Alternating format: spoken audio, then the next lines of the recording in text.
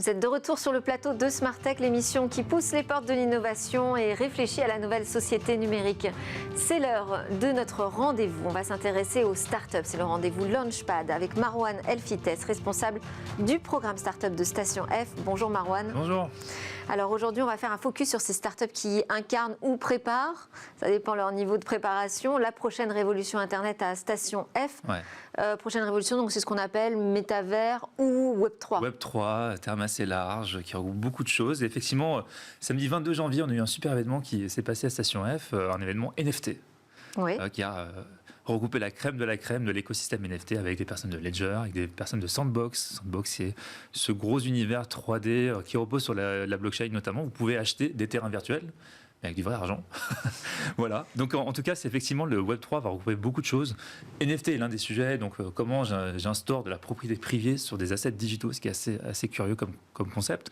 Il y a des concepts fumeux. Il y a des concepts qui ont des vraies stratégies long terme, notamment dans le monde du jeu vidéo. Par exemple, ce qu'on appelle le play to earn, je joue pour gagner de l'argent. Et donc on a notamment Dogami, un nouveau jeu vidéo financé par Ubisoft et Xange, avec une levée de près de 6 millions, où je vais pouvoir élever des animaux virtuels à base de NFT et aussi pouvoir effectivement me faire de l'argent derrière. Et Axie Infinity, qui est la plus grosse startup de jeux vidéo NFT vietnamienne, où c'est une sorte de jeu de Pokémon, où vous allez pouvoir élever des petits monstres et aussi les vendre. Donc ça, on voit vraiment les grosses tendances, en tout cas qui touchent le monde de on va dire les créateurs d'économie artistiques et jeux vidéo. Donc créateurs d'économie autour de la culture ou du divertissement. Divertissement et du monde de l'art, qui caractérise pas mal aujourd'hui l'usage des NFT comme on voit dans l'industrie. Alors NFT, c'est une des tendances du Web3. Oui. Le Web3 étant assez large, effectivement, c'est une nouvelle façon de concevoir le Web. C'est la 3e saison du Web, si on peut la décrire ainsi, qui va introduire surtout une approche décentralisée qui repose essentiellement sur la blockchain. Le NFT est une forme d'illustration derrière, mais la blockchain, c'est une technologie qui permet finalement de stocker, de transmettre des informations de manière décentralisée. Et alors tous ces nouveaux sujets hyper tech, évidemment, c'est plein d'opportunités pour les startups. Oui, plein de ruptures. Il y a plein de termes comme ce qu'on appelle le DeFi, la finance décentralisée. On va parler de DAO, une nouvelle forme de gouvernance en ligne avec des communautés en ligne décentralisées qui ne reposent pas sur un leadership centralisé. Pas mal d'infos autour de la constitution DAO en novembre 2021 avec un collectif qui a essayé d'acheter aux enchères la constitution américaine, l'un des exemplaires. Et puis on va avoir pas mal de choses sur la manière dont les applications sont développées. On va entendre des termes comme les dApps, les applications décentralisées. Comment j'arrive à... Decentralized Apps. Exactement, la vraie signification, et comment j'arrive à développer des applications connectées à l'aide de la blockchain. Et alors, si on doit regarder du côté donc, de Station F, qu'est-ce qu'on a comme exemple de start-up déjà positionnées? On va voir. Alors, je ne vais pas philosopher sur le terme de métaverse, je pense qu'il y aurait beaucoup de choses à dire, mais en tout cas sur ce qu'on appelle, nous, ce qui nous intéresse, ce sont les facilitateurs de métaverse. Comment j'arrive à rendre des métaverses interopérables. Et donc, on va avoir des solutions, notamment Scénario 3D, qui est arrivé il y a quelques semaines, qui permet de créer, de partager des assets 3D. Vous allez prendre avec une application des photos d'un objet qui va pouvoir finalement prendre forme sous un objet 3D. Vous allez pouvoir ensuite l'insérer dans soit des jeux vidéo, soit d'autres mondes persistants. Donc on est vraiment dans cette notion de comment je constitue un bloc de métaverse.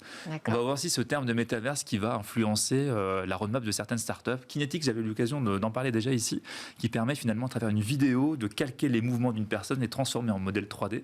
Alors du coup, la team de Kinetics va pouvoir aujourd'hui créer une marketplace où vous allez pouvoir échanger sous forme de NFT des modèles 3D créés par des micro-créateurs. Donc on va déjà à l'influence de ces termes.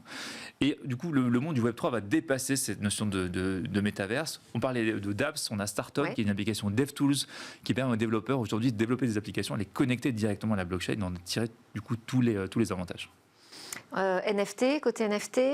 Côté NFT, par exemple Kinetics, comme je le disais, qui du coup ne l'avait pas forcément dans sa feuille de route et ensuite va pouvoir l'intégrer. D'accord. Crypto-monnaie aussi? Crypto-monnaie, on va avoir différents usages. Bitstack, qui permet, là aussi arrivé il y a quelques semaines dans le Founders Programme, qui permet d'économiser simplement, automatiquement en Bitcoin.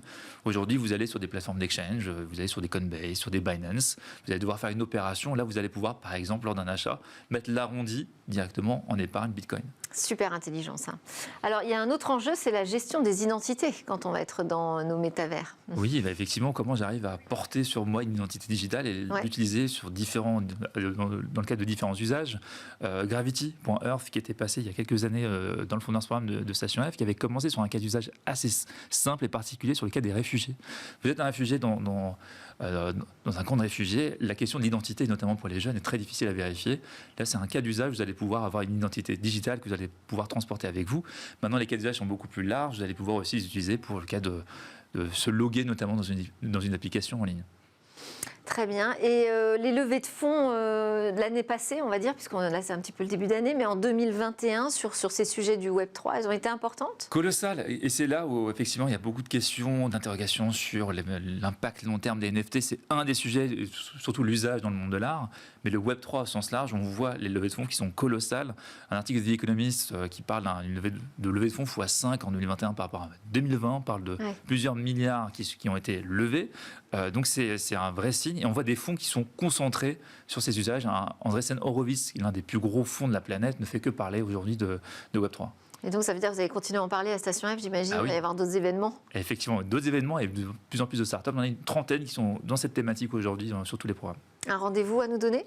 Le Paris Blockchain Week Summit qui a lieu le 13 et 14 avril prochain. Donc un gros événement là aussi si vous avez envie de réseauter avec l'ensemble de l'écosystème blockchain. Super, merci beaucoup Marwan Elfites pour cet aperçu donc, des startups qui sont déjà positionnées sur le Web3. Marwan Elfites, responsable du programme Startup de Station F et un régulier dans Smartech. Merci. À suivre, c'est notre séquence et demain on va découvrir un robot de compagnie mais vraiment très attachant.